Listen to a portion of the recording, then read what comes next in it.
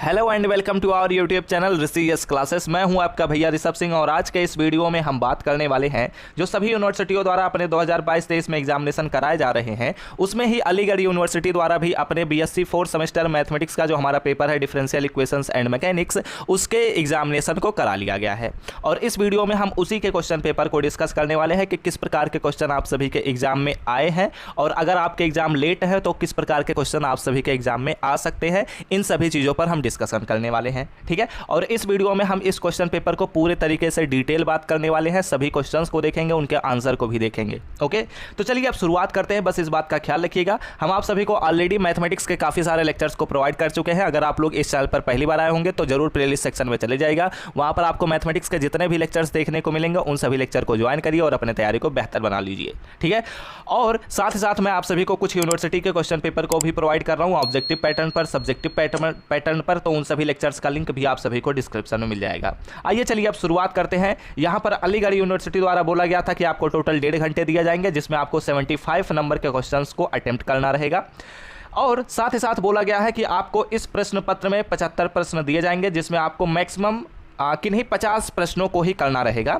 और अगर आप 50 से अधिक प्रश्नों को हल कर देते हैं तो स्टार्टिंग के जो आप 50 प्रश्नों को हल किए रहेंगे उन्हीं पर ही केवल नंबर दिया जाएगा। बस इस बात का यहाँ पर ख्याल रखिएगा। आइए चलिए अब हम शुरुआत करते हैं कि कौन कौन से क्वेश्चन आप सभी के एग्जाम में आते हैं और पूछे जाने के काफ़ी ज़्यादा चांसेस भी हैं, ठीक है। सबसे पहला question, the path described bye A particle moving under the action of A central force is called. यहां पर बोला जा रहा है कि अगर एक पार्टिकल के द्वारा अगर एक मूविंग पार्टिकल हमारे पास है जो कि सेंट्रल फोर्स के अंतर्गत एक्शन कर रहा है और वह एक पाथ को डिस्क्राइब कर रहा है, तो उस पाथ को हम क्या कहते हैं? क्या वह सर्कुलर ऑर्बिट होता है, क्या वह एलिप्टिकल ऑर्बिट होता है, क्या वह सेंट्रल ऑर्बिट होता है, या फिर वह प्लानर ऑर्बिट होता है, ठीक है। तो इसका जो करेक्ट आंसर है वो पहले का सी ऑप्शन, यानी कि उसे हम कहते हैं सेंट्रल ऑर्बिट। ओके, आइए चलिए अब हम बात करते हैं दूसरे क्वेश्चन पर। दूसरे क्वेश्चन में हमारे पास बोला जा रहा है, इस बात का भी ख्याल रखिएगा, यहां पर आपको जितने भी क्वेश्चंस पर टिक देखने को मिल रहा है ये बच्चों द्वारा लगाया गया था, जिसके द्वारा मुझे पेपर भेजा गया था। आप उन्हें भी थैंक्स कह सकते हैं कमेंट बॉक्स में। और इस बात का भी ख्याल रखिएगा, हो सकता है उनके द्वारा कुछ क्वेश्चंस में गलत मार्क भी हो, तो जो भी मैं आंसर बताऊंगा उन्हीं को आपको करेक्ट मानकर चलना होगा, ठीक है। दूसरे क्वेश्चन पर बात करते हैं। From third law of Kepler, जो हमारे पास केपलर्स लॉ होता है उसका जो तीसरा लॉ है, उसमें बोला जा रहा है T square is proportional to what. यहां पर बोला जा रहा है जो हमारे पास टी स्क्वायर होता है केपलर्स के तीसरे नियम में, वह किसके प्रोपोर्शनल होता है? तो उसका जो करेक्ट आंसर है वो है ए ऑप्शन, यानी कि ए क्यूब का होता है, ठीक है। आइए चलिए अगले क्वेश्चन पर हम बात करते हैं। तीसरे क्वेश्चन में हमारे पास बोला जा रहा है कि if the radial and transverse velocities of a particle are proportional to each other, ठीक है।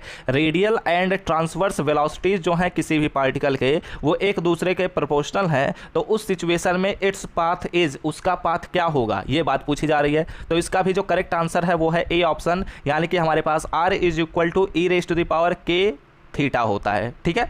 आइए चलिए बात करते हैं अगले क्वेश्चन पर। अगला क्वेश्चन हमारे सामने ये रहा, और एक बात का ख्याल रखिएगा, क्वेश्चन पेपर थोड़ा ब्लर भी आप सभी को नज़र में आ रहा होगा, तो आप अपने वीडियो की क्वालिटी बढ़ा लीजिएगा, क्योंकि एक्चुअली जिस भी बच्चे द्वारा प्रोवाइड किया गया है यह क्वेश्चन पेपर, वहाँ से ही इमेज थोड़ा ब्लर मुझे मिला है, तो इसलिए ऐसा हो रहा है। आइए चलिए बात करते हैं क्वेश्चन नंबर 4 पर। और इस बात का भी ख्याल रखिएगा, अगर आपके एग्जाम हो जाते हैं तो आप भी अपने एग्जामिनेशन पेपर को हमें टेलीग्राम चैनल पर भेज दीजिएगा, लिंक इन डिस्क्रिप्शन, आप उन्हें जाकर ज्वाइन कर सकते हैं। बात करते हैं क्वेश्चन नंबर 4 पर। यहाँ पर बोला जा रहा है कि y is equal to X is a part of complementary function of the equation।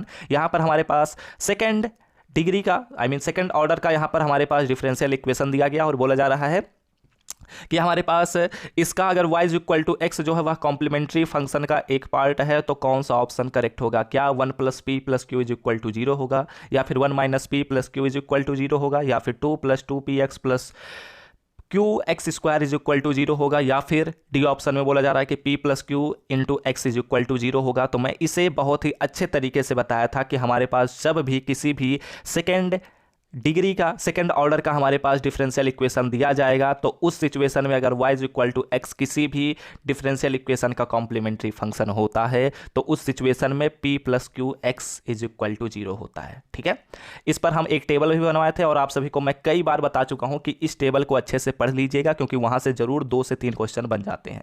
आइए बात करते हैं अगले क्वेश्चन पर। यहां पर बोला जा रहा है कि if 2 + 2p and + q is equal to 0 है, तो उस सिचुएशन में y is equal to E raise to the power 3x is a part of complementary function, या फिर y is equal to E raise to the power 2x is a complementary function, या फिर y is equal to E raise to the power x is a part of complementary function, या फिर NOT।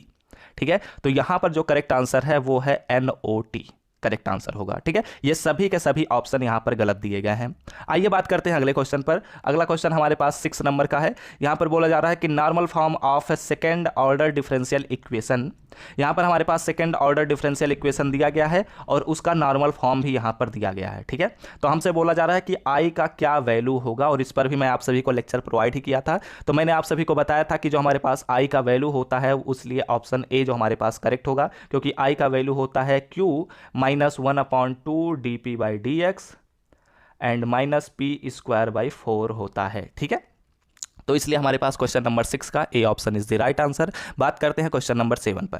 Question number 7 में हमारे पास बोला जा रहा है कि in a linear differential equation, हमारे पास लीनियर डिफरेंशियल इक्वेशन आप सभी के सामने स्क्रीन पर दिखाई दे रहा है। A d two y upon y d x square plus b d Y by D x plus c y is equal to x है। If a plus b plus c is equal to 0 है, तो इस situation में हमारे पास part of complementary function of the solution is, इस situation में हमारे पास कौन सा ऑप्शन करेक्ट होगा, ये बात पूछी जा रही है। तो इसका बिल्कुल सही राइट आंसर है C option, y is equal to E raise to the power x जो होगा वही करेक्ट होगा, क्योंकि यहाँ पर a का वैल्यू हमारे पास 1 की तरह ट्रीट होता है और b का वैल्यू भी आपको p की तरह ट्रीट होगा, c का वैल्यू आपको q की तरह ट्रीट होगा, यानी कि 1 plus p plus q is equal to अगर 0 है तो इस सिचुएशन में हमारे पास y is equal to E raise to the power x जो होता है वही करेक्ट आंसर होता है। आइए बात करते हैं क्वेश्चन नंबर 8 पर। यहाँ पर क्या बातें बोली जा रही हैं समझने का प्रयास करते हैं। क्वेश्चन नंबर 8 में हमारे पास बोला जा रहा है कि a regular singular point of the differential equation is, यहाँ पर हमारे पास एक डिफरेंशियल इक्वेशन आप सभी के सामने स्क्रीन पर दिखाई दे रहा होगा। इसमें बोला जा रहा है कि कौन सा ऑप्शन इसके लिए रेगुलर सिंगुलर पॉइंट है, ये बात पूछी जा रही है। ठीक है, तो regular singular point and ordinary point पर मैं आप सभी को लेक्चर प्रोवाइड किया था दूसरे यूनिट के अंतर्गत। इस पर हम काफ़ी सारे क्वेश्चन में डिस्कशन किए थे, तो मैं आप सभी को यहाँ पर फिलहाल डायरेक्ट आंसर बताते हुए आगे बढ़ रहा हूँ, क्योंकि यहाँ पर हमारे पास एक्स इज इक्वल टू 0 जो है वह इसका रेगुलर सिंगुलर पॉइंट बन जाएगा। ठीक है, तो इसलिए क्वेश्चन नंबर 8 का D option is the right answer. और यहाँ पर अब बात करते हैं क्वेश्चन नंबर 9 पर। यहाँ पर क्या बातें बोली जा रही हैं समझने का प्रयास करते हैं। क्वेश्चन नंबर 9 में हमारे पास बोला जा रहा है the complementary function of the differential equation is, यहाँ पर आप सभी के सामने स्क्रीन पर दिखाई दे रहा होगा एक सेकेंड ऑर्डर का डिफरेंशियल इक्वेशन, और बोला जा रहा है कि इसका कॉम्प्लीमेंट्री फंक्शन क्या होगा। ठीक है, तो यहाँ पर इसका जो राइट आंसर है वो है ए ऑप्शन, यानी कि हमारे पास जो कॉम्प्लीमेंट्री फंक्शन होगा वह c1 E raise to the power cos x होगा plus c2 E raise to the power 2 cos x होता है। ठीक है, अगर आपको लगता है कि हमने कोई भी ऑप्शन गलत बता दिया है या फिर मुझसे मिस्टेक हो गई है तो आप कमेंट करके बता सकते हैं। आप सभी के कमेंट बिल्कुल हम देखते हैं। ठीक है, आइए बात करते हैं क्वेश्चन नंबर 10 पर। यहाँ पर क्या बातें बोली जा रही हैं कि यहाँ पर हमारे पास एक पार्शियल डिफरेंशियल इक्वेशन दिया गया है जो कि आप सभी के स्क्रीन पर दिखाई दे रहा है। X square del two u upon में del t square plus z into del two u upon में del x del t plus x del raise to the power 4 u upon में del x square plus 17 del u upon में del t is equal to 100 u दिया गया है। इस parabolic, यह parabolic बोला जा रहा है। ठीक है, कौन से सिचुएशन में यह पैराबोलिक होगा यही हमें बात करना है। ठीक है, तो यहाँ पर हमारे पास बोला जा रहा है कि 4 into X raise to the power 3 is greater than 9 होगा तब होगा, या फिर 4 into X raise to the power 3 less than 9 होगा तब होगा, या फिर या फिर 4x cube is equal to 0 होगा, 0 इज इक्वल टू 9 होगा तब पैराबोलिक होगा। तो इसमें जो करेक्ट आंसर है वो है सी ऑप्शन। ठीक है, और इस क्वेश्चन में मुझे मतलब 100% मैं श्योर नहीं हूं, लेकिन यहाँ पर C option is the right answer. अगर आपको लगता है कि कोई और ऑप्शन होगा तो आप लोग कमेंट करके बता दीजिएगा, मैं उसे पिन कर दूंगा। ठीक है, आइए बात करते हैं अगले क्वेश्चन पर, क्वेश्चन नंबर 11। ठीक है, और मैं डायरेक्ट लेकर चल रहा हूँ क्योंकि इस क्वेश्चन पेपर में 75 क्वेश्चन हैं, तो अगर हर एक क्वेश्चन को हम डिटेल डिस्कस करेंगे तो काफ़ी लंबा लेक्चर लग जाएगा, इसलिए यहाँ पर हम डायरेक्ट लेकर चल रहे हैं। ठीक है, बात करते हैं the complementary function of the differential equation is. यहाँ पर हमारे पास एक डिफरेंशियल इक्वेशन दिया गया है और बोला जा रहा है कि इसका कॉम्प्लीमेंट्री फंक्शन क्या होगा।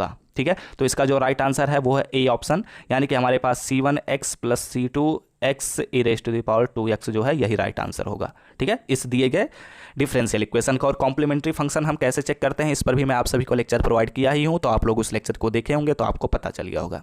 बात करते हैं क्वेश्चन नंबर 12 पर। यहाँ पर हमारे पास एक पार्शियल डिफरेंशियल इक्वेशन दिया गया है जिसमें हमारे पास x plus Y Q is equal to हमारे पास जेड दिया गया है। तो बोला जा रहा है कि कौन सा ऑप्शन इसका करेक्ट होगा, यानी कि यहाँ पर हमारे पास लैग्रांजेस ऑक्सिलरी इक्वेशन का उपयोग यहाँ पर हमें करना पड़ेगा। तो आइए चलिए बातें करते हैं कौन सा ऑप्शन इसमें करेक्ट होगा। ठीक है, तो क्वेश्चन नंबर 12 यहाँ पर अगर ध्यान से देखा जाए तो X P plus Y Q is equal to Z दिया गया है, यानी कि capital P is equal to X दिया गया है, capital Q is equal to Y दिया गया है। तो इस सिचुएशन में हमें जब इसका इंटीग्रेशन करना होगा तो कौन सा ऑप्शन करेक्ट बनेगा, तो C option is the right answer, क्योंकि पी डी एक्स अपॉन में एक्स हो जाएगा is equal to D Y upon में वाई हो जाएगा is equal to D Z upon में जेड हो जाएगा। ठीक है, जब हम इंटीग्रेशन करेंगे तो हमें एक्स स्क्वायर नहीं लॉग एक्स मिलेगा। ठीक है, अगर हम डी एक्स बाई एक्स का इंटीग्रेशन करेंगे तो लॉग एक्स मिलेगा इज इक्वल टू 2 पार्ट को हम लेते हैं लॉग वाई मिलेगा एंड प्लस हमारे पास लॉग सी मिलेगा। तो अब अगर देखा जाए तो यहाँ पर हमारे पास इसको राइट हैंड साइड में ले जाऊंगा तो माइनस हो जाएगा, तो यहाँ पर एक्स बाई वाई बन जाएगा is equal to C one एक कॉन्स्टेंट मिलेगा। ऐसे ही हमारे पास दूसरा भी बनेगा वाई अपॉन जेड बन जाएगा और वहाँ पर हमारे पास क्या मिलेगा, एक दूसरा कॉन्स्टेंट। तो इस प्रकार हमारे पास सी option is the right answer. आइए बात करते हैं क्वेश्चन नंबर 13 पर। यहाँ पर क्या बातें बोली जा रही हैं, यहाँ पर एक पार्शियल डिफरेंशियल इक्वेशन हमारे सामने कुछ इस प्रकार से दिया गया है, Z is equal to A X plus A square Y square and plus B दिया गया है। तो इसका हमें पार्शियल डिफरेंशियल इक्वेशन बताना है कि कौन सा करेक्ट ऑप्शन होगा। तो यहाँ पर मैं फिलहाल डायरेक्ट बताता हूँ, क्योंकि इस क्वेश्चन को मुझे जहाँ तक याद है मैं कराया भी हूँ। तो इसका जो राइट आंसर है वो है ए ऑप्शन, यानी कि यहाँ पर जो करेक्ट आंसर मिलेगा वो मिलेगा Q is equal to 2y p square होता है। ठीक है, आइए चलिए बात करते हैं अगले क्वेश्चन पर। यहाँ पर अगला क्वेश्चन आप सभी के सामने ये रहा। यहाँ पर बोला जा रहा है कि the partial differential equation for this, यहाँ पर हमारे पास z इज इक्वल टू दिया गया है ए एक्स प्लस ए दिया गया है। ठीक है, x प्लस ए दिया गया है और दूसरा हमारे पास y प्लस बी दिया गया है। तो बोला जा रहा है कि इसका पार्शियल डिफरेंशियल इक्वेशन निकालिए। तो डेल टू जेड अपॉन में डेल एक्स पहले करना पड़ेगा, डेल टू जेड अपॉन में डेल वाई करना पड़ेगा। ऑलरेडी मैं प्रोसेस बता चुका हूं, तो यहाँ पर हमें प्रोसेस को डिस्कस करने की जरूरत नहीं है। यहाँ पर जो करेक्ट आंसर है वो आप लोगों को पता ही होगा। वैसे भी मैं आप सभी को ये क्वेश्चन कराया हूँ। ठीक है, तो इसलिए इसका जो क्वेश्चन नंबर 14 का जो राइट आंसर है वो है ए ऑप्शन, यानी कि जेड इज इक्वल टू हमें पी क्यू मिल जाएगा। आइए बात करते हैं अगले क्वेश्चन पर। अगला क्वेश्चन हमारे सामने ये रहा। ठीक है, यहाँ पर हमारे पास क्या मिलेगा, यहाँ पर हमारे पास the particular integral of this. ठीक है, यहाँ पर हमारे सामने एक क्वेश्चन लिखा गया है जो कि यूनिट 4 का क्वेश्चन है। इसमें बोला जा रहा है कि ये जो हमारे पास d2 square plus 3dd dash plus 2d dash square into Z is equal to X plus Y लिखा गया है, तो इसका कौन सा पर्टिकुलर इंटीग्रल होगा, इस बात पर हमें बात करनी है। तो इसका भी जो राइट आंसर है वो है ए ऑप्शन, यानी कि एक्स प्लस वाई का क्यूब अपॉन में 6 होता है। ठीक है, आइए बात करते हैं अगले क्वेश्चन पर। अगला क्वेश्चन हमारे सामने ये रहा, क्वेश्चन नंबर 16। यहाँ पर बोला जा रहा है कि हमारे पास एक इक्वेशन दिया गया है जो कि पार्शियल डिफरेंशियल इक्वेशन है, डेल टू जेड अपॉन में del x square is equal to del two z upon में del Y square is called as, उसे हम क्या कहते हैं। ठीक है, क्या वह पैराबोलिक होगा, क्या वह इलिप्टिक होगा, क्या वह हाइपरबोलिक होगा या फिर एनओटी होगा, ये बात पूछी जा रही है। तो इसमें मैं आप सभी को बता देता हूँ, क्वेश्चन नंबर 16 का जो सी ऑप्शन है वही करेक्ट होगा, यानी कि यह हाइपरबोलिक का कंडीशन बनाएगा। ऐसा क्यों होगा इस पर भी मैं आप सभी को बात कर देता हूं। ठीक है, मैं इससे पहले इरेज कर देता हूं कुछ चीज़ों को। यहाँ पर देखो, जब हम इसे इधर लाएंगे तो ये माइनस का केस बनाएगा और इस सिचुएशन में हम यहाँ पर निकाल लेंगे ए बी सी का वैल्यू और उसके बाद हम अपने इक्वेशन में रखेंगे बी स्क्वायर माइनस 4ac, फिर वहाँ से आपको देखने को मिल जाएगा कि यह हाइपरबोलिक का केस बना रहा है। ठीक है, आइए चलिए बात करते हैं क्वेश्चन नंबर 17 पर। यहाँ पर बात बोली जा रही है कि P plus Q is equal to R, या जो हमारे पास इक्वेशन लिखा गया है लीनियर पार्शियल डिफरेंशियल इक्वेशन लिखा गया है, यह किसका इक्वेशन है। क्या यह है हमारे पास चर्पिट्स इक्वेशन है, क्या यह बर्नौली इक्वेशन है, या फिर यह क्लॉरेट्स इक्वेशन है, या फिर लैग्रांजेज इक्वेशन है। तो इस पर मैं आप सभी को ऑलरेडी काफ़ी सारे लेक्चर्स प्रोवाइड कर चुका हूं। तो ये लैग्रांजेज इक्वेशन है। ठीक है, आप सभी को मैं ऑलरेडी बता भी चुका हूं। आइए बात करते हैं अगले क्वेश्चन पर। क्वेश्चन नंबर 18, यहाँ पर क्या बातें बोली जा रही हैं समझने का प्रयास करिएगा। Differential equation P tan Y, ठीक है, and plus Q tan X हमारे पास दिया गया है इज इक्वल टू, बोला जा रहा है कि सेक स्क्वायर जेड है। तो ऑफ ऑर्डर इज, इसका कितना ऑर्डर है ये बात पूछी जा रही है। ठीक है, तो यहाँ पर जो करेक्ट आंसर होगा वो है ए ऑप्शन, यानी कि इसका 1 ऑर्डर का यह हमारे पास पार्शियल डिफरेंशियल इक्वेशन है, यानी कि 18 का ए option is the right answer. ठीक है, आइए बात करते हैं अगले क्वेश्चन पर। क्वेश्चन नंबर 19, यहाँ पर क्या बातें बोली जा रही हैं। यहाँ पर हमारे पास r is equal to A square T दिया गया है। ठीक है, तो हमें इसका जनरल सोल्यूशन पता करना है। तो जनरल सोल्यूशन पता करने के लिए प्रोसेस सेम ही होता है, प्रोसेस में बदलाव होता नहीं है। तो क्वेश्चन नंबर 19 का जो ए ऑप्शन है वही राइट आंसर होगा, यानी कि हमें जब इसका सोल्यूशन निकालेंगे तो z is equal to f1 y plus A T and plus f2 और यहाँ पर हमारे पास y माइनस ए एक्स होता है। ठीक है, आई मीन यहाँ पर t नहीं, यहाँ पर x होगा। ओके, चलिए बात करते हैं अगले क्वेश्चन पर। Question number 20। यहाँ पर क्या बातें बोली जा रही हैं समझने का प्रयास करते हैं। यहाँ पर हमारे पास एक क्वेश्चन है r is equal to 2y² दिया गया है, ठीक है। तो यहाँ पर बोला जा रहा है कि इसका हमें सोल्यूशन पता करना है कि क्या सोल्यूशन होगा। तो क्वेश्चन नंबर 20 का जो ए ऑप्शन है वही राइट आंसर होगा, यानी कि z इज इक्वल टू हमें मिलेगा x² y² plus f of y plus capital F of y होगा, ठीक है। आइए चलिए बात करते हैं 21 नंबर के क्वेश्चन समझने का प्रयास करते हैं। यहाँ पर भी हमें पर्टिकुलर इंटीग्रल निकालना है एक दिए गए पार्शियल डिफरेंशियल इक्वेशन का। पार्शियल डिफरेंशियल इक्वेशन मैं प्रोनाउंसिएट कर देता हूँ क्योंकि आप सभी को ब्लर दिखाई दे सकता है।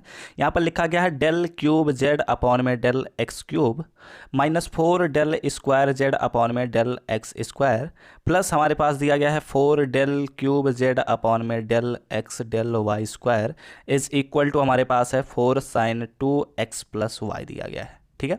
इसका हमें क्या करना है, हमें पर्टिकुलर इंटीग्रल निकालना है। तो इसका फिलहाल मैं यहाँ पर प्रोसेस तो नहीं बता रहा कि कैसे निकाला जाता है, ऑप्शन पर मैं डायरेक्ट बात कर लेता हूँ। यहाँ पर जो डी ऑप्शन है वही करेक्ट होगा, -x² cos 2x plus Y मिलेगा, ठीक है।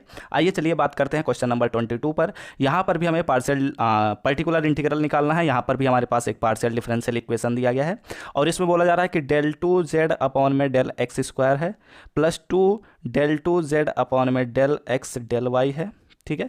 एंड प्लस हमारे पास है डेल 2z अपॉन में del Y square is equal to है e⁻³ 3x plus 2y, I think यही है, ठीक है। तो इसमें हमें बोला जा रहा है कि इसका पर्टिकुलर इंटीग्रल बताइए। तो इसका जो करेक्ट आंसर होगा वो है ए ऑप्शन, यानी कि हमारे पास e⁻³ प्लस 2y अपॉन में 25 हमारे पास मिलता है, ठीक है। इस बात का ख्याल रखिएगा। आइए बात करते हैं क्वेश्चन नंबर 23 की तरफ। यहाँ पर बोला जा रहा है कि 1/d minus 2d dash, okay. और इसमें हमारे पास बोला जा रहा है कि e⁻² प्लस वाई बोला गया है। तो इज इक्वल टू यह किसके बराबर होगा ये बात पूछी जा रही है। तो यह भी आपको यूनिट 4 का ही क्वेश्चन है और इसका जो करेक्ट आंसर है वो है A option e⁻² plus Y हमारे पास मिलता है, ठीक है। आइए चलिए बात करते हैं अगले क्वेश्चन पर। हो सकता है इस क्वेश्चन में मैं ऑप्शन जो बताया हूँ वह गलत हो, तो आप लोगों को अगर सही ऑप्शन पता होगा तो आप लोग हमें कमेंट करके जरूर बताइएगा। आइए बात करते हैं 24 नंबर के क्वेश्चन पर। यहाँ पर बोला जा रहा है कि r is equal to c² का हमें कॉम्प्लीमेंट्री फंक्शन बताना है और ये क्वेश्चन आप सभी को मैं ऑलरेडी डिस्कस कर चुका हूँ, बस यहाँ पर थोड़ा सा अलग तरीके से बोला गया है। यहाँ पर जो हमारे पास कांस्टेंट टर्म है वो बदल दिया गया है, ठीक है। तो इसलिए यहाँ पर कांस्टेंट टर्म को बस ध्यान में रखना और बी ऑप्शन यहाँ पर करेक्ट हो जाएगा, क्योंकि यहाँ मैंने आप सभी को ऑलरेडी बताया है कि y माइनस cx एक हमारे पास फंक्शन बनेगा, दूसरा फंक्शन हमारे पास बनेगा y प्लस cx और वहाँ पर आई थिंक अल्फा या a था तो उसके टर्म में हमने बात किया था, ठीक है। आइए बात करते हैं 25 नंबर के क्वेश्चन पर। यहाँ पर बोला जा रहा है this solution of non homogeneous equation.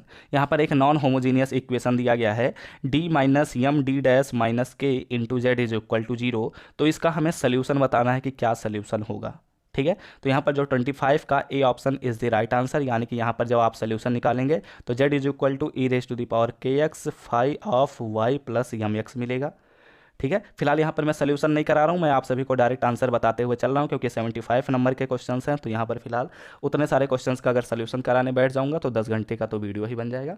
आइए बात करते हैं 26 नंबर के क्वेश्चन पर। यहाँ पर बोला जा रहा है कि Monge's method is used to solve a partial differential equation of.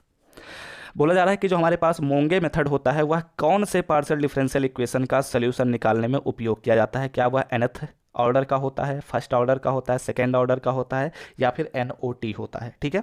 तो इसका जो करेक्ट आंसर है वो है सी ऑप्शन, यानी कि मोंगेज मेथड का हम उपयोग करते हैं second order partial differential equation को सॉल्व करने में।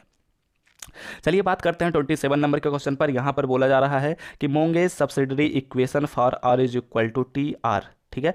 r is equal to T के लिए जो हमारे पास मोंगेज सब्सिडरी या ऑक्सिलरी इक्वेशन होता है वह क्या होता है ये बात पूछी जा रही है। तो इसका जो करेक्ट आंसर है वो है डी ऑप्शन, यानी कि हमारे पास डी मैं बता देता हूँ dy² minus dx² is equal to 0 होता है और dp dy minus dx dq is equal to 0 होता है, ठीक है। ये बात ध्यान में रखिएगा।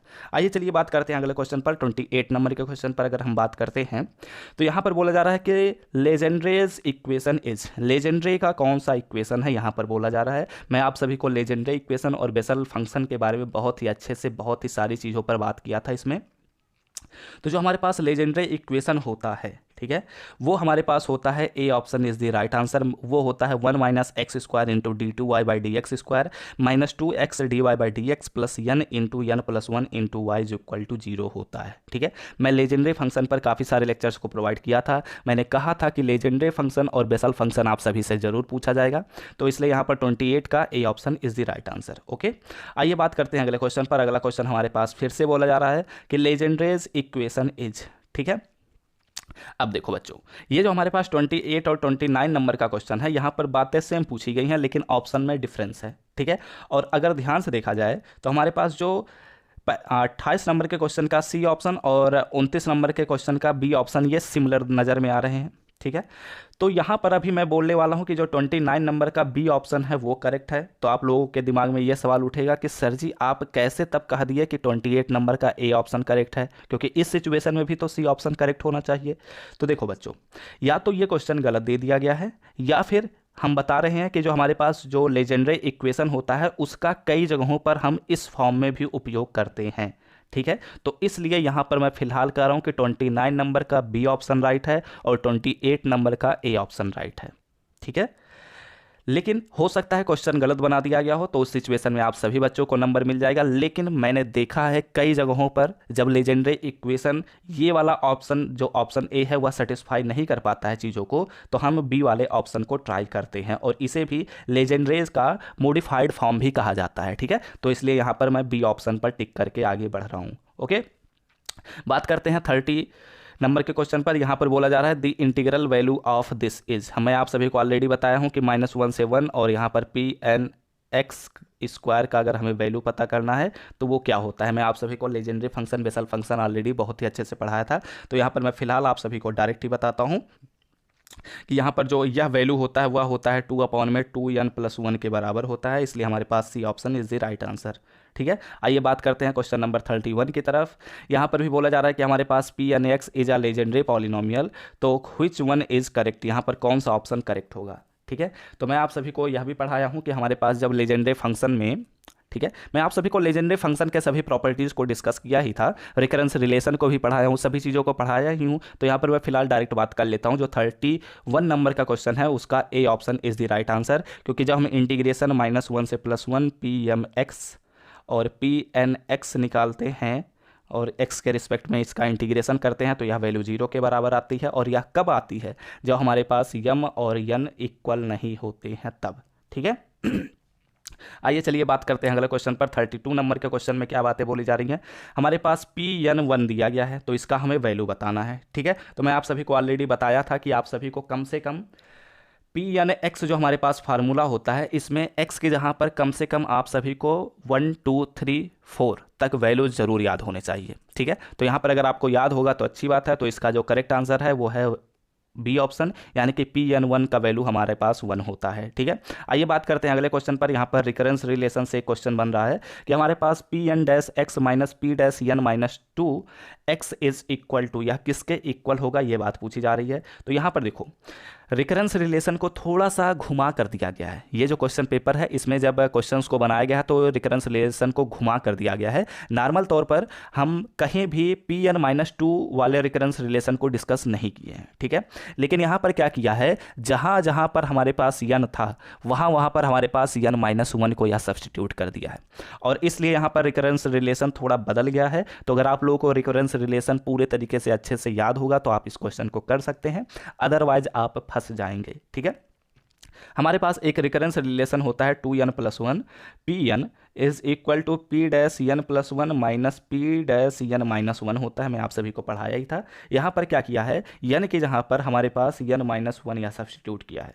तो इस सिचुएशन में अगर यहाँ पर हम n - 1 रखेंगे तो क्या मिलेगा, 2n - 1 हो जाएगा, क्योंकि यहाँ पर 1 में 2 से मल्टीप्लाई होगा और यहाँ पर 1 का सब्ट्रैक्शन होगा तो बचेगा -1। ठीक है, और यहाँ पर क्या हो जाएगा, Pn - 1 हो जाएगा। ओके, और यहाँ पर क्या मिलेगा, यहाँ पर हमारे पास मिल जाएगा P'(n) मिल जाएगा एंड माइनस P'(n - 2 मिल जाएगा। ठीक है, तो अब ऑप्शन को हम चेक कर लेते हैं कि कौन सा ऑप्शन यहाँ पर करेक्ट बन रहा है। तो यहाँ पर आप सभी के सामने जो करेक्ट आंसर बनेगा वो 2n - 1 और Pn - 1 × x बन रहा है, यानी कि C option is the right answer. ठीक है, तो इसलिए 33 का सी ऑप्शन सही होगा। आइए बात करते हैं द वैल्यू ऑफ, यहाँ पर बोला जा रहा है कि पी एन माइनस वन का वैल्यू हमें बताना है कि कितना होगा। ठीक है, तो इसका जो करेक्ट आंसर है वो है क्या, 34 का 34 नंबर का आंसर बताइए। यहाँ पर जो करेक्ट आंसर होगा वो होगा -1 ठीक है, यानी कि +1 का वैल्यू तो +1 होगा, लेकिन -1 का वैल्यू -1 हो जाता है, इसलिए 34 का D option is the right answer.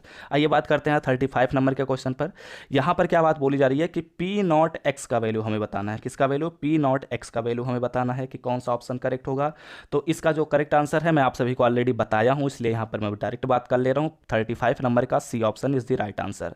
आइए बात करते हैं 36 नंबर के क्वेश्चन पर। यहाँ पर क्या बात बोली जा रही है कि हमारे पास जो Pn(x) है वह एक लेजेंडरी पॉलिनोमियल है, तो इस सिचुएशन में कौन सा ऑप्शन करेक्ट होगा ये बात बोली गई है।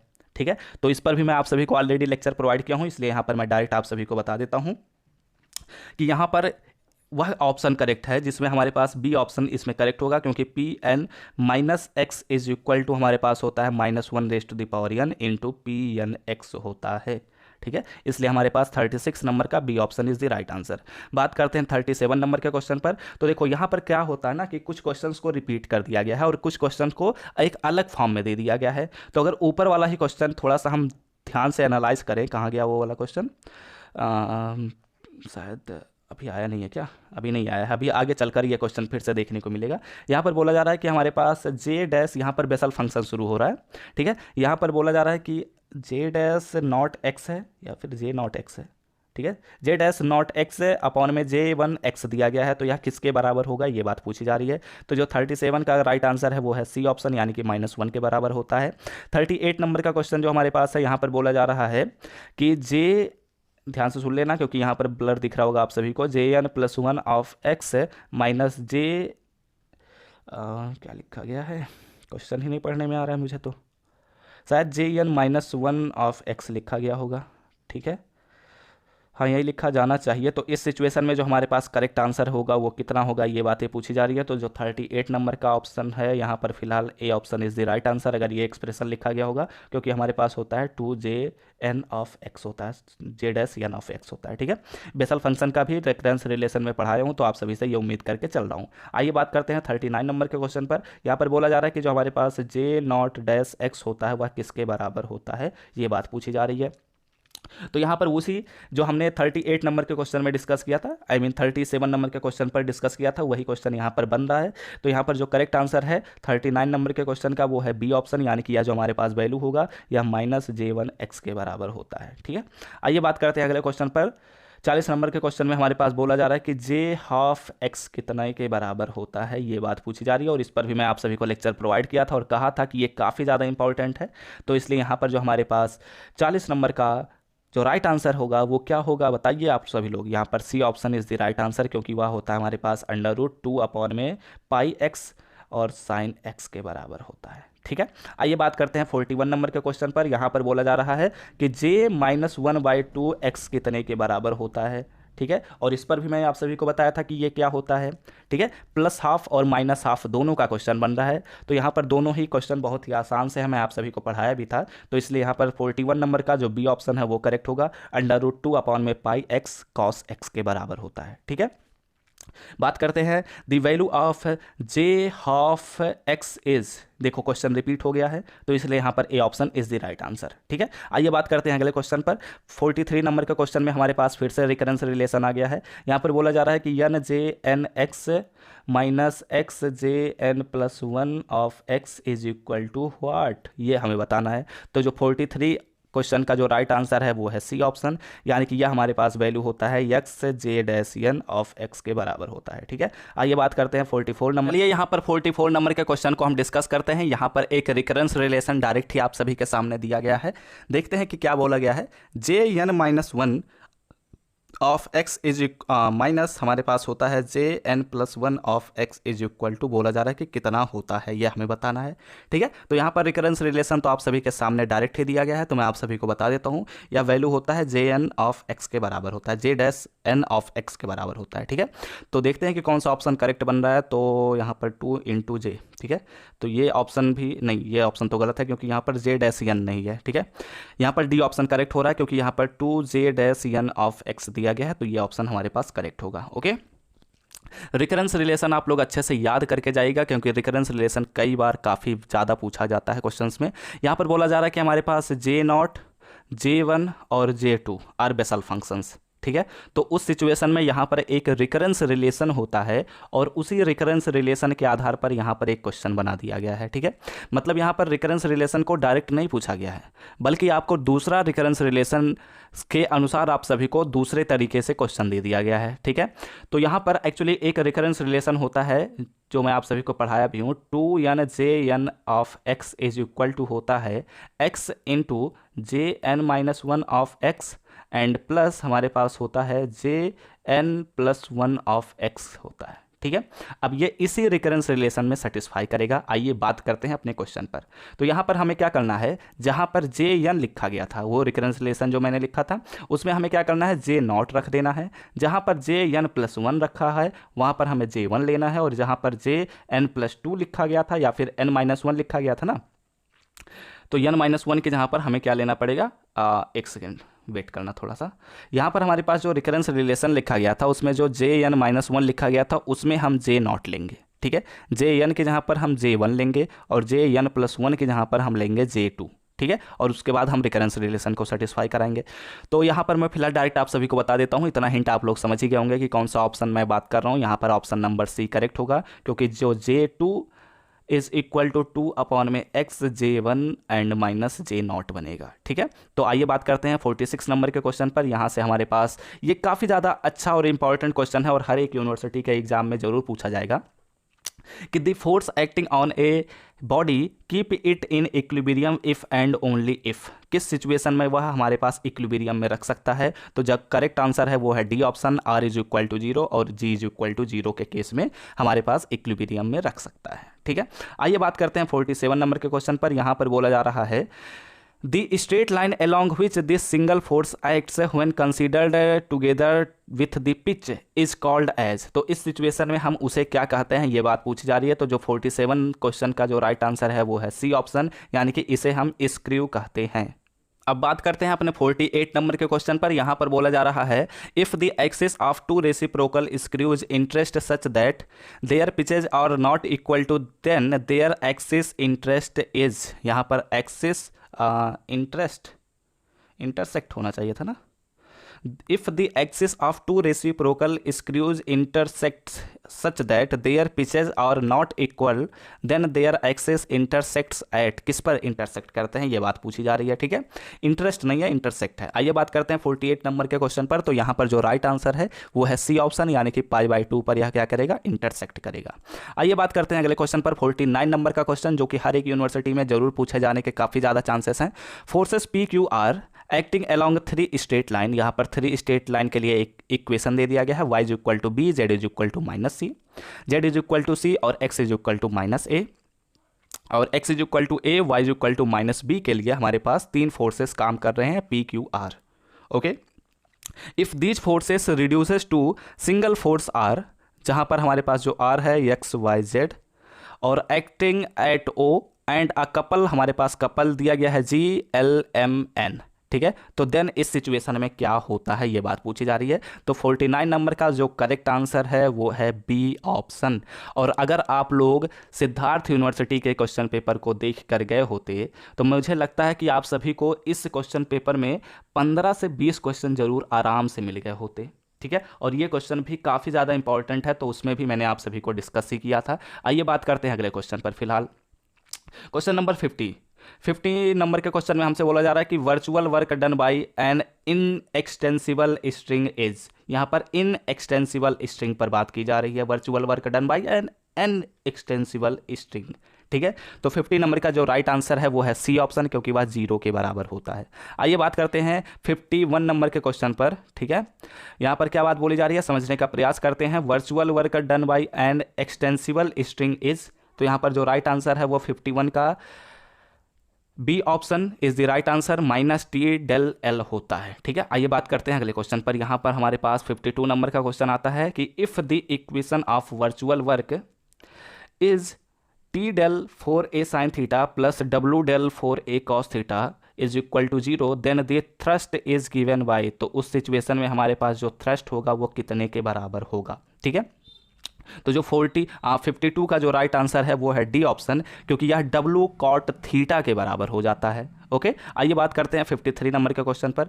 यहाँ पर क्या बात बोली जा रही है कि if the centre of gravity of the sphere is at geometric centre and then displaced, और वह डिस्प्लेस्ड कर दिया जाता है, देन इक्विलिब्रियम इज, तो उस सिचुएशन में इक्विलिब्रियम क्या होगा, तो उस सिचुएशन में जो इक्विलिब्रियम होता है वह अनस्टेबल हो जाता है। ठीक है, आइए बात करते हैं 54 नंबर के क्वेश्चन पर। यहाँ पर बोला जा रहा है कि if the body rotates through small angle D theta about the axis and moves at the same time a distance D x along the axis, the pitch of the screw is, तो उस situation में जो हमारे पास screw का pitch होगा वो क्या होगा, तो इसका जो राइट आंसर है वो है ए ऑप्शन, क्योंकि वह डी एक्स अपॉन में डी थीटा के बराबर हो जाता है। ठीक है, आइए बात करते हैं 55 नंबर के क्वेश्चन पर। यहाँ पर बोला जा रहा है कि the virtual work done by the reaction of any smooth surface with each body is in the contact is. ठीक है, the virtual work done by the reaction of any smooth surface with which the body is in contact, उस situation में जो हमारे पास body है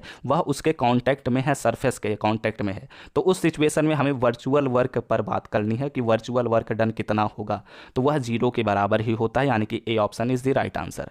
बात करते हैं 56 नंबर के क्वेश्चन पर। यहाँ पर बोला जा रहा है the tension at any point of the catenary is, हमारे पास एक कैटेनरी है उसके किसी भी पॉइंट पर टेंशन कितने के बराबर होता है, ये बात पूछी जा रही है, तो इसका जो राइट आंसर है वो है बी ऑप्शन, यानी कि WY के बराबर होता है। ठीक है, 57 नंबर के क्वेश्चन में हमसे बोला जा रहा है the value of sag in the common catenary is, हमारे पास जो कॉमन कैटेनरी होता है उसमें जो सैग का वैल्यू होगा वो कितना होगा, ये बात पूछी जा रही है, तो इसका जो C option is the right answer, यानी कि Y माइनस सी के बराबर होता है। ठीक है, आइए बात करते हैं 58 नंबर के क्वेश्चन पर। यहाँ पर बोला जा रहा है relationship between s and x for a common catenary is.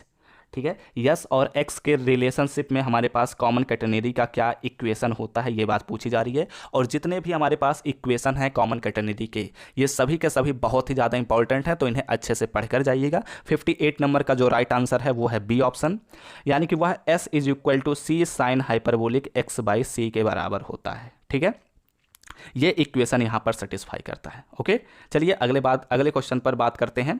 ठीक है, 58 का हमारे पास जो बी ऑप्शन है वही राइट होगा। आइए बात करते हैं 59 नंबर के क्वेश्चन पर। यहाँ पर क्वेश्चन थोड़ा धुंधला है लेकिन शायद काम हो जाए, मैं बोल रहा हूँ, ध्यान दीजिएगा। 59 नंबर के क्वेश्चन में बोला जा रहा है कि for a common catenary the relationship between x and s are as, हमारे पास पूछा जा रहा है कि कॉमन कैटेनरी में अगर वाई और यस के बीच में क्या रिलेशनशिप है। ठीक है, तो यहाँ पर जो राइट आंसर है वो है ए ऑप्शन, यानी कि y square is equal to c square plus s square के बराबर होता है। ठीक है, तो इसलिए 59 नंबर का ए option is the right answer. बात करते हैं 60 नंबर के क्वेश्चन पर। यहाँ पर बोला जा रहा है कि intrinsic equation of common catenary is, तो जो 60 का बी ऑप्शन है वही करेक्ट होगा, क्योंकि s is equal to c tan psi होता है। ठीक है, तो इसलिए हमारे पास B option is the right answer.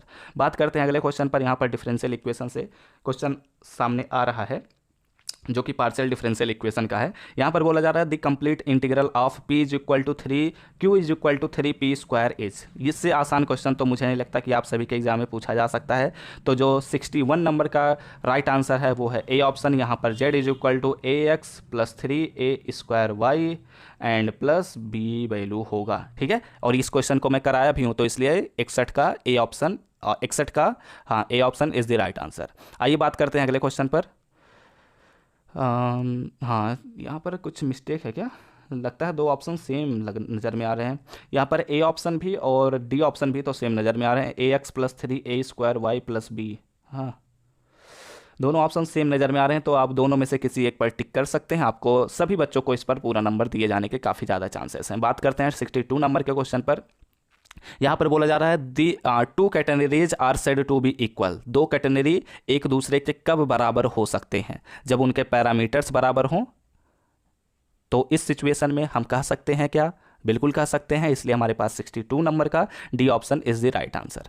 आइए बात करते हैं 63 नंबर के क्वेश्चन पर। यहाँ पर बोला जा रहा है the horizontal line at a depth c below the vertex of catenary y is equal to c cos hyperbolic x by c is called dot dot dot of the catenary. तो उसे हम कैटेनरी का क्या कहते हैं, ये बात पूछी जा रही है। तो 63 का जो सी ऑप्शन है वही राइट होगा, उसे हम कहते हैं पैरामीटर। ठीक है, आइए चलिए बात करते हैं अगले क्वेश्चन पर। 64 नंबर के क्वेश्चन में क्या बातें बोली जा रही हैं समझने का प्रयास करते हैं। यहाँ पर हमारे पास x is equal to a t square plus b t plus c then the velocity at t is equal to 1 is. ठीक है, तो यहाँ पर अब इस क्वेश्चन को मैं फिलहाल नहीं कर रहा हूँ। आप लोग x का क्या करेंगे, एक बार डिफ्रेंसिएशन कर देंगे तो वहाँ पर हमारे पास वेलोसिटी मिल जाएगा, और वेलोसिटी जो भी हमारे पास मिलेगा उसे t इज इक्वल टू 0 पर निकाल देना है। इससे आसान क्वेश्चन और कोई बन भी नहीं सकता। तो आप लोग खुद से इस क्वेश्चन को कर लीजिएगा, यहाँ पर मुझे बताने की आवश्यकता नहीं है। चलो मैं बता देता हूँ। जब एक बार डिफ्रेंसिएशन करेंगे तो आपको a टू ए टी मिलेगा। ठीक है, और उसके बाद प्लस बी मिलेगा, और t इज इक्वल टू 1 जैसे ही रखूंगा 2a प्लस बी मिल जाएगा, यानी कि B option is the right answer. आइए चलिए बात करते हैं अगले क्वेश्चन पर, 65 नंबर के क्वेश्चन पर।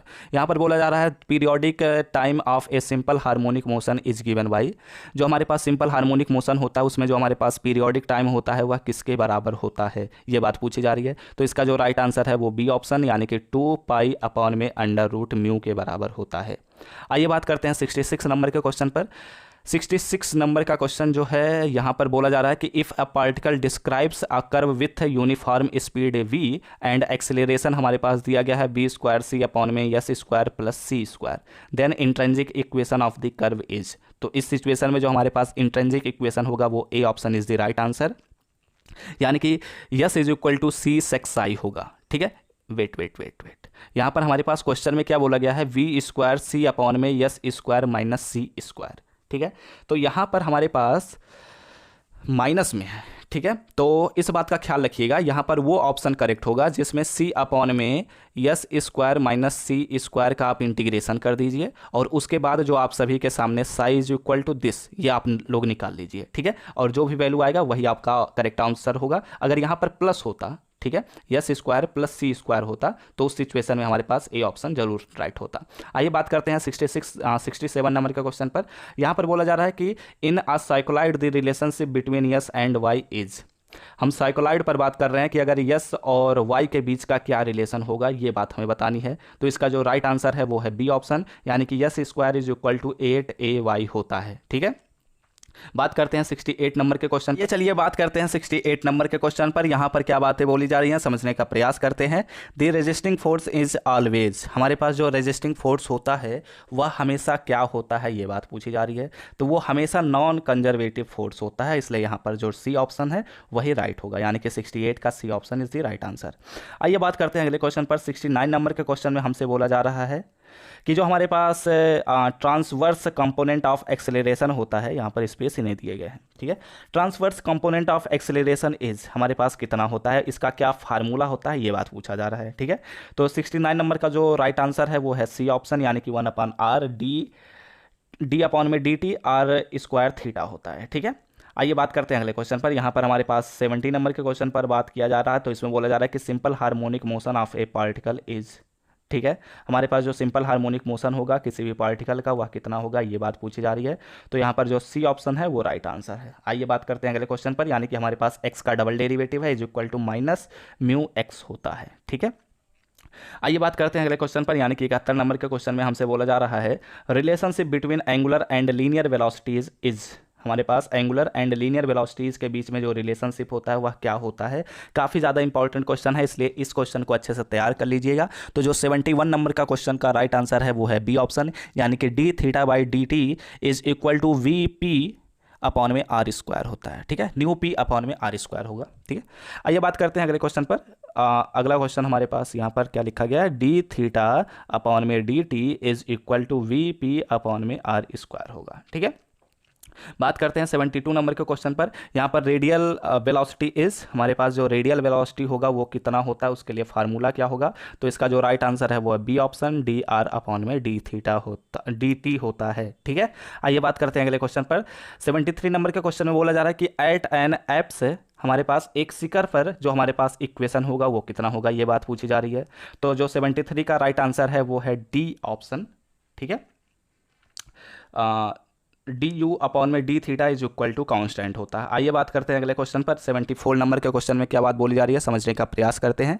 यहाँ पर हमारे पास है the pedal equation of the central orbit is, तो इसका जो राइट आंसर है वो है D option, h square upon में p cube into d p upon में d r is equal to p होता है। ठीक है, आइए बात करते हैं 75 नंबर के क्वेश्चन पर। यहाँ पर हमारे सामने 75 नंबर के क्वेश्चन में बोला जा रहा है a particle describe the cardioid r is equal to a into 1 plus cos theta under a central force to the pole if the central acceleration is p then what is the correct answer, ये बात पूछी जा रही है।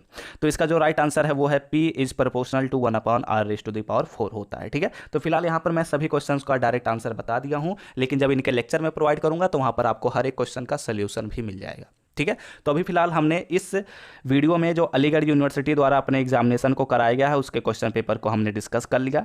Time लगा है लेकिन सब कुछ हमने डिस्कस कर लिया कि कौन कौन से क्वेश्चन हैं, कौन कौन से ऑप्शन उनके करेक्ट आंसर हैं। तो अब इसी के साथ इस लेक्चर को हम फिलहाल समाप्त भी करेंगे।